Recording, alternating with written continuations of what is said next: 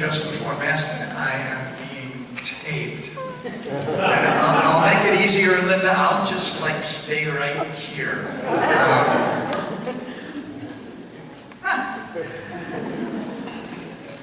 The week after Easter, I was privileged to be with a group of priests traveling with Catholic Extension Society to the border between Texas and New Mexico and Mexico. They're to visit a number of the groups, parishes and otherwise, supporting the work of supporting those asylum seekers having passed through detention and moving into this country. And one of the places we visited was a small town that grew up in the desert called Chaparral. It's in New Mexico. It's been there for a while. Its oldest residents can trace their ancestors back to the time when it was actually Mexico and not New Mexico.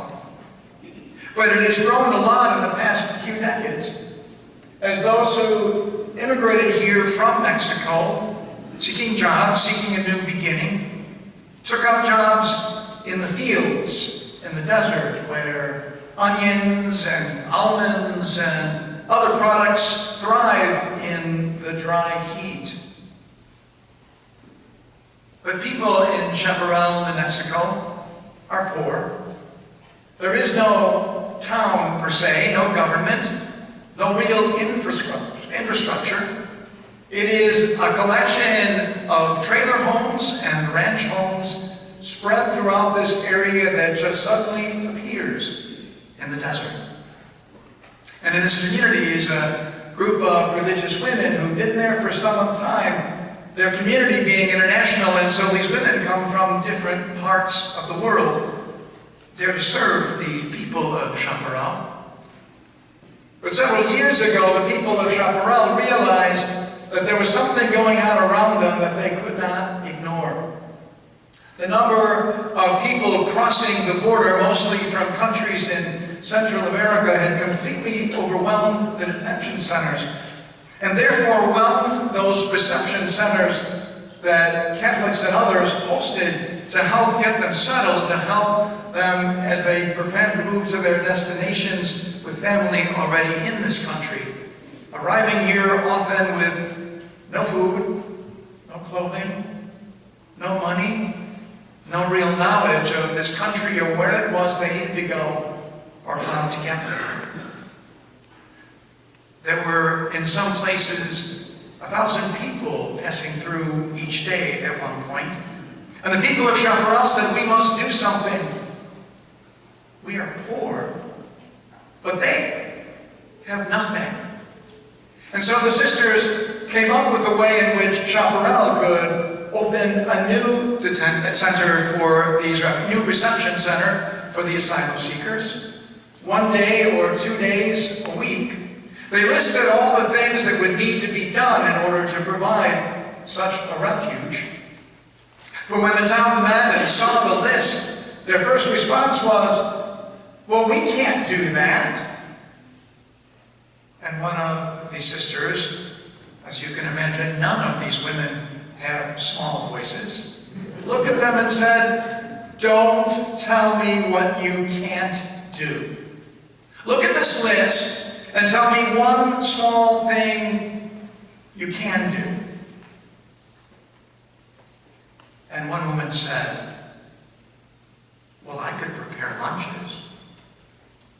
Another said, well, if one or two would help me, I could take care of washing sheets and blankets. And one by one, people chose something from the list. And they opened their first day of the week, and now their second day of the week, where hundreds of asylum seekers pass through their place of refuge for a day or two on the way to someplace else in this country.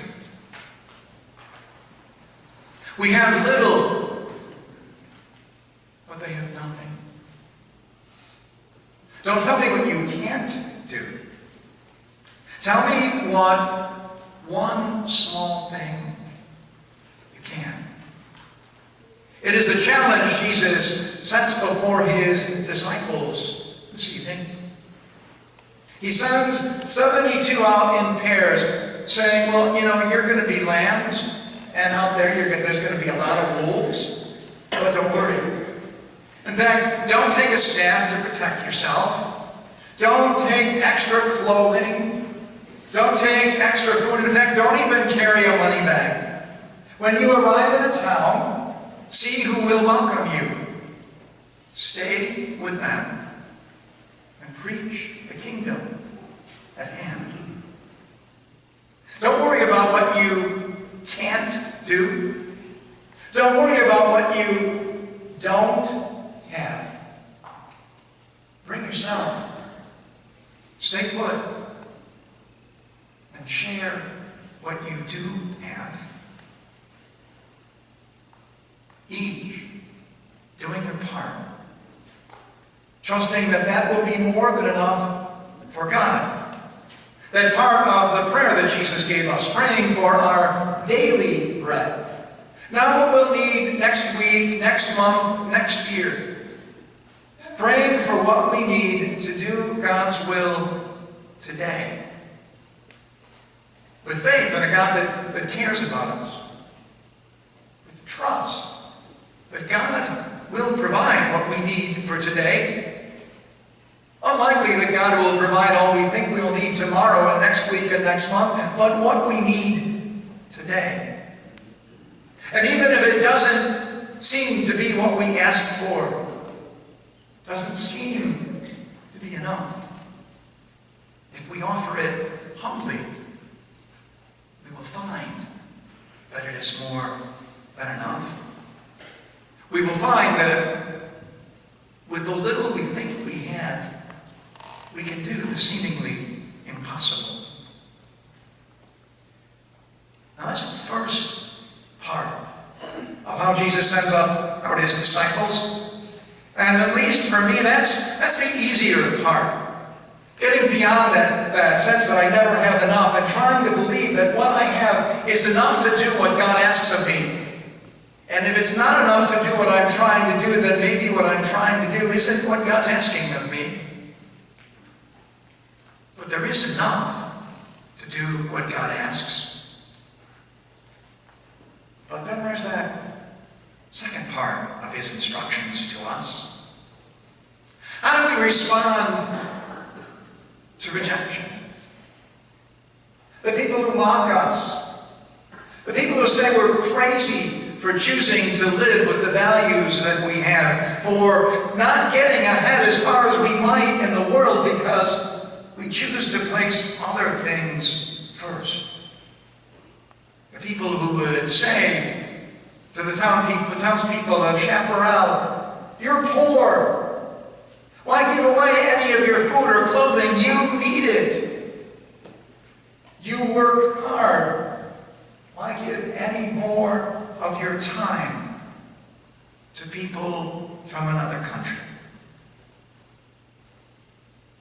I must admit, it is an old instinct of mine. That fight or flight instinct when I find myself being opposed because of something I believe in. Not feeling safe. Wanting, like the disciples in last week's gospel, to call down fire on those who would dare oppose me. To attack with fine, well thought out words. Or simply to walk away. Not peacefully, but to walk away. Jesus says, do no more than shake the dust from your sandals, leaving whatever they have touched you with behind. Leave there in peace. Leave peace behind you.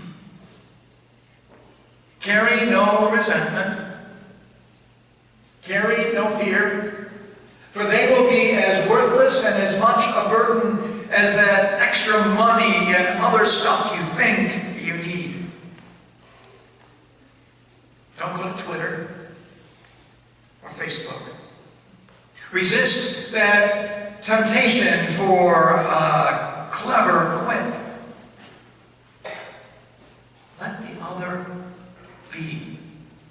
Refuse to attack, but also refuse to ignore in some way that discounts their worth and value as a human being. Leave them in God's hands. Let God decide what needs to happen with them. And by the way, Jesus suggests, while you're doing that, while you're refusing to take resentment along with you, while you're refusing in any way to strike out against them for what they have done to you, while you're trying to leave them in peace, as you place them in God's hands, place yourself there as well.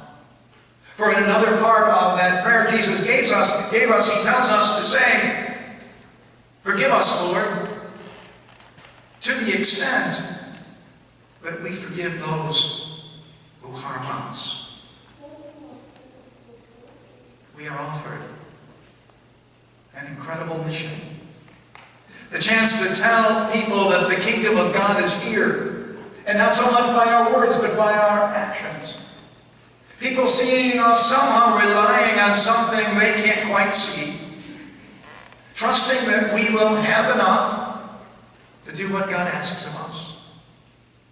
Reaching out to someone in greater need because we see that we have something God has given us that they can use.